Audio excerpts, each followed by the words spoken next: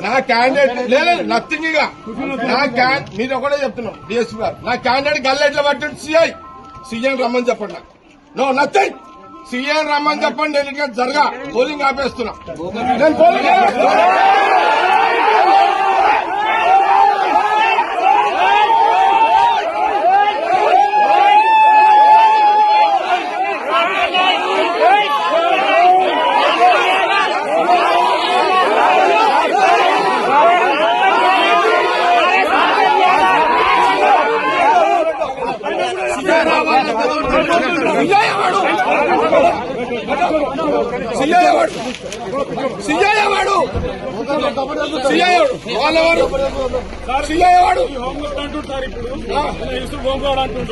ఏం చేస్తాడు